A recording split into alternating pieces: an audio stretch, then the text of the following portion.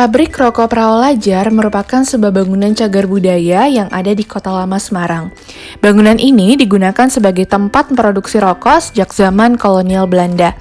Sejak tahun 1956, pembuatan rokok menggunakan metode tradisional yang dilakukan oleh 300 karyawan. Dalam sehari, pabrik rokok ini dapat membuat rokok sebanyak 700.000 batang. Dan pangsa pasarnya yaitu kalangan kelas menengah ke bawah seperti petani dan juga nelayan. Oke, sekarang kita akan membahas mengenai identifikasi, pengukuran, pemetaan, dan pengendalian resiko pada industri rokok tembakau. Nah, resiko yang pertama yaitu adalah pencurian rokok oleh karyawan yang tidak jujur. Pencurian atau penggelapan rokok oleh karyawan merupakan salah satu resiko yang akan dihadapi oleh bisnis pabrik rokok, di mana pencurian ini bertujuan untuk mendapatkan keuntungan bagi pelaku yang mana bisa menjual kembali rokok tersebut dengan harga yang lebih murah dan dari harga yang ditetapkan oleh pabrik. Hal inilah yang bisa membuat pabrik rokok akan mengalami kerugian. Lalu untuk pengukuran pada resiko pencurian rokok oleh karyawan yang tidak wajar itu berada di frekuensi sangat sering terjadi dan dampaknya itu sangat tinggi. Lalu untuk pemetaan setiap resikonya ini, untuk resiko pencurian rokok yaitu di frekuensi sangat sering terjadi dan dampaknya ini sangat tinggi juga, yaitu ekstrim. Lalu untuk pengendalian resikonya ini, karena tingkat resikonya ini ekstrim, maka pengendaliannya adalah pemasangan CCTV di area-area yang bisa digunakan para karyawan bekerja. Nah, perusahaan pun harus menuliskan di kontrak kerja jika karyawan ketahuan mencuri rokok, maka akan mendapatkan konsekuensi hukum yang nantinya akan menanti.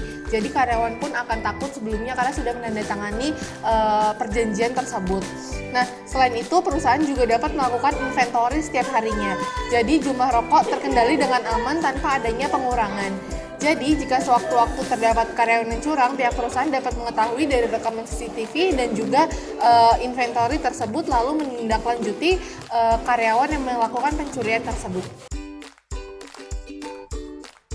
Selanjutnya, adanya komplain oleh warga sekitar pabrik terkait limbah rokok yang menyebabkan kerusakan ekosistem atau lingkungan.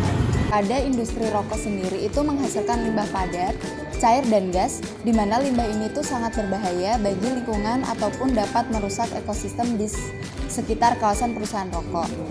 Banyak industri rokok yang kurang memperhatikan akan olahan limbahnya, sehingga akan terjadi pencemaran limbah yang berbahaya bagi warga sekitar ataupun lingkungan sekitar.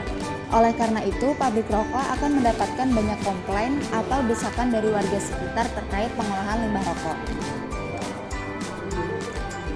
Nah, untuk selanjutnya ada pengukuran terkait komplain oleh warga sekitar pabrik terkait limbah rokok yang menyebabkan kerusakan ekosistem. Nah, untuk frekuensinya sendiri itu sangat jarang terjadi dan dampaknya itu sangat rendah. Lalu ada pemetaan untuk tingkat resikonya, yaitu pada frekuensinya itu sangat jarang terjadi atau setiap lebih dari 2 tahun. Untuk dampaknya sendiri itu juga sangat rendah. Lalu ada pengendalian resiko, di mana tingkat risiko pada komplain oleh warga sekitar pabrik terkait limbah rokok yang dapat menyebabkan kerusakan ekosistem itu kan termasuk ke dalam golongan minor. Jadi pengendaliannya itu memperbaiki sistem pengolahan limbah perusahaan. Yang pertama ada pada limbah cair, yaitu menggunakan penyaringan pada saluran pembuangan limbah cair sehingga limbah yang akan dibuang nanti tidak akan berbahaya pada tempat pembuangan air, seperti contohnya di sungai atau aliran-aliran air yang ada di sekitar pabrik rokok. Yang kedua, ada limbah gas. Itu pengurangannya menggunakan pupuk yang mengandung KCl yang mana dapat merusak daya bakar daun sehingga menyebabkan pembakaran yang sangat lama. Nah, hal ini itu perlu dilakukan guna mencegah dan mengendalikan polusi di daerah sekitar pabrik. Yang ketiga ada limbah padat. Daur ulang tembakau menjadi kompos. Jadi, adanya daur ulang tersebut sehingga dapat mengurangi limbah padat yang bisa mencemari lingkungan. Dengan adanya pengolahan limbah tersebut, masyarakat sekitar akan mengurangi tuntutan pada pabrik rokok terkait lemahnya atau kurangnya pengolahan limbah pabrik yang akan mencemari lingkungan atau ekosistem di sekitar pabrik.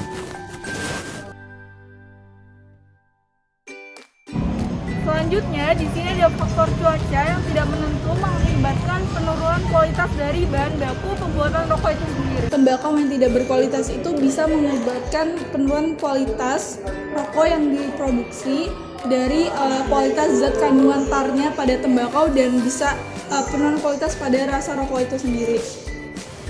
Lalu di sini ada tabel dari faktor cuaca yang tidak menentu mengakibatkan penurunan kualitas pada panen bahan baku.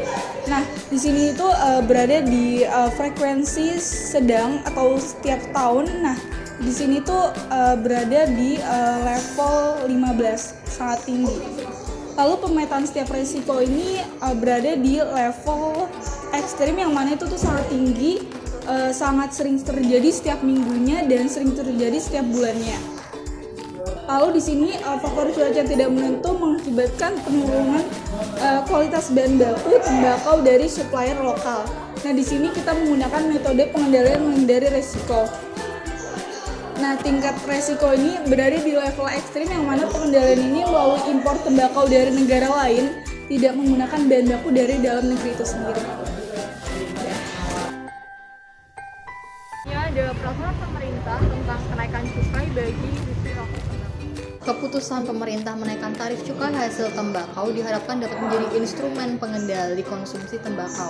Kebijakan ini ditujukan demi mengendalikan konsumsi barang yang berdampak negatif bagi kesehatan. Akan tetapi, kebijakan ini menjadi resiko bagi produsen rokok karena dapat mengurangi volume penjualan. Lalu ada pengukuran pada setiap resiko yang telah teridentifikasi. Peraturan pemerintah tentang kenaikan cukai bagi industri rokok ini termasuk jarang terjadi dan dampaknya termasuk tinggi. Lalu ada pemetaan tingkat resiko, yaitu dampak yang sering terjadi, dampaknya termasuk tinggi dan frekuensinya termasuk rendah. Lalu ada pengendalian resiko. Nah, untuk peraturan pemerintah tentang kenaikan cukai ini, metode pengendalian yang digunakan yaitu mengendalikan resiko, tingkat resiko termasuk major, dan pengendaliannya yaitu dengan mengendalikan resiko di mana hal ini dilakukan demi mengurangi keparahan yang amat besar jika memang itu terjadi. Menaikkan harga rokok yang dapat menjadi pilihan saat kenaikan cukai terjadi. Hal ini dilakukan agar memangkas besar keuntungan. Namun, jika menaikkan harga rokok justru menyebabkan konsumen berkurang, pilihan lain yang dapat diambil yaitu dengan mengurangi volume produksi dibarengi dengan menekan biaya produksi agar tetap stabil. Nah, resiko yang selanjutnya yaitu kesadaran masyarakat akan bahaya rokok bagi kesehatan masyarakat. Zaman semakin berkembang, maka masyarakat semakin sadar nih apa aja bahaya dari rokok kalau dikonsumsi terus-menerus. Nah, kalau seperti itu, maka ancamannya sendiri bagi perusahaan rokok itu tersendiri ada karena masyarakat mulai mengurangi mengonsumsi rokok untuk setiap harinya. Nah, selanjutnya yaitu ada tingkat pemetaan dari bahaya rokok itu sendiri, yaitu kesadaran masyarakat akan bahaya rokok bagi kesehatan ini frekuensinya yaitu sangat jarang terjadi dengan waktunya yaitu lebih dari 2 tahun, dan juga dampaknya yaitu sangat rendah bagi perusahaan rokok. Karena kalau kita pikir itu kenapa dampaknya sangat rendah, karena tidak langsung dapat merusak atau mempengaruhi lebih dalam mengenai perusahaan itu sendiri. Nah, selanjutnya yaitu adanya komplain oleh warga sekitar pabrik terkait limbah rokok yang menyebabkan kerusakan ekosistem atau lingkungan. Nah, di sini metode pengendaliannya yaitu mengembalikan resiko dengan tingkatan resiko yaitu minor. Nah, apa saja sih pengendaliannya? Pengendaliannya yaitu memperbaiki sistem pengelolaan limbah tersebut, yaitu yang pertama dengan limbah cair. Nah, limbah cair itu sendiri yaitu melakukan penyaringan, yaitu pembuangan limbah dari perusahaan rokok itu sendiri. Karena jika tidak melakukan penyaringan, maka dapat mencemari adanya sungai yang berada di sekitar perumahan warga. Nah, yang selanjutnya yaitu ada limbah gas, yaitu pengurangan penggunaan pupuk yang mengandung KCl. yaitu yang dapat merusak daya bakar daun. Nah, sehingga menyebabkan pembakaran yang sangat lambat. Nah, hal ini tuh perlu dilakukan karena untuk mengendalikan polusi udara. Yang selanjutnya yaitu ada limbah padat daur ulang.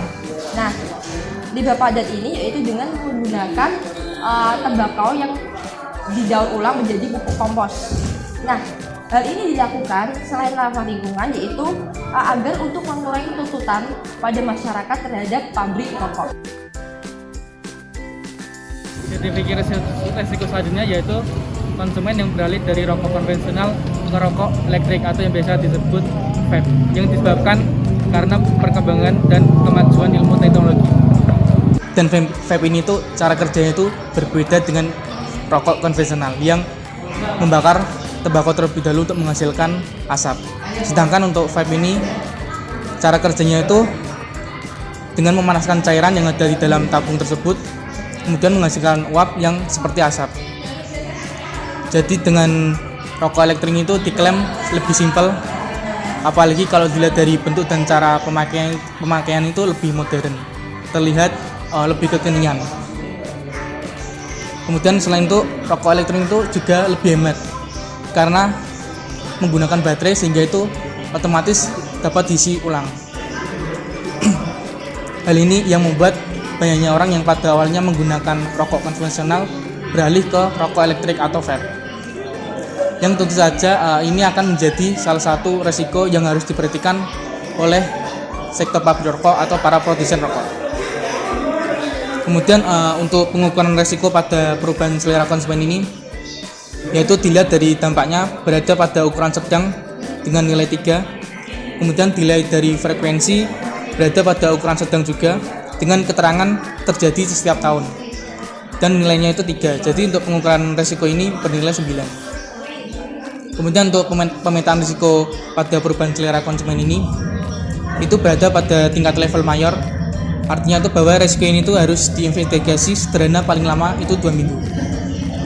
Kemudian untuk pengendalian risiko itu pada perubahan selera konsumen itu yaitu menggunakan metode pengendalian risiko.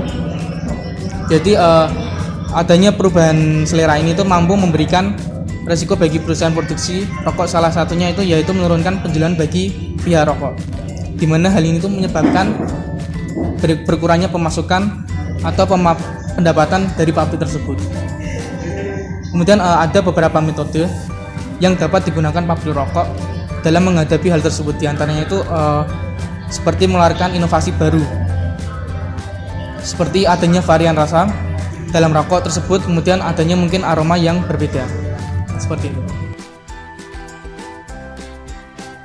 Yang terakhir saya akan menjelaskan tentang dampak setiap risiko. Untuk dampak setiap risikonya yaitu yang pertama, pencurian rokok oleh karyawan ini masuk ke tingkat risiko ekstrim karena dampaknya adanya kerugian. Yang kedua yaitu faktor cuaca yang tidak menentu. Ini tingkat risikonya masuk ke ekstrim karena dampaknya sama yaitu adanya kerugian. Dan untuk dampak selanjutnya yaitu pada risiko kenaikan cukai bagi industri rokok. Ini tingkat risikonya masuk ke mayor karena dampaknya yaitu penurunan pada volume penjualan, tapi belum tentu adanya kerugian untuk perusahaan. Yang selanjutnya yaitu dampak risiko pada konsumen yang beralih dari rokok tembakau ke vape, yang mana ini masuk tingkat risiko mayor karena dampaknya yaitu sama penurunan volume pada penjualan, tetapi belum tentu adanya kerugian untuk perusahaan. Dan selanjutnya yaitu dampak pada risiko adanya komplain dari warga sekitar terkait limbah pabrik yang mengganggu lingkungan, yang mana ini tingkat risikonya masuk ke minor karena dampaknya tidak ada kerugian bagi perusahaan. Dan yang terakhir yaitu dampak pada risiko kesadaran masyarakat akan bahaya rokok bagi kesehatan. Ini masuk ke tingkat risiko minor karena dampaknya tidak adanya kerugian bagi perusahaan.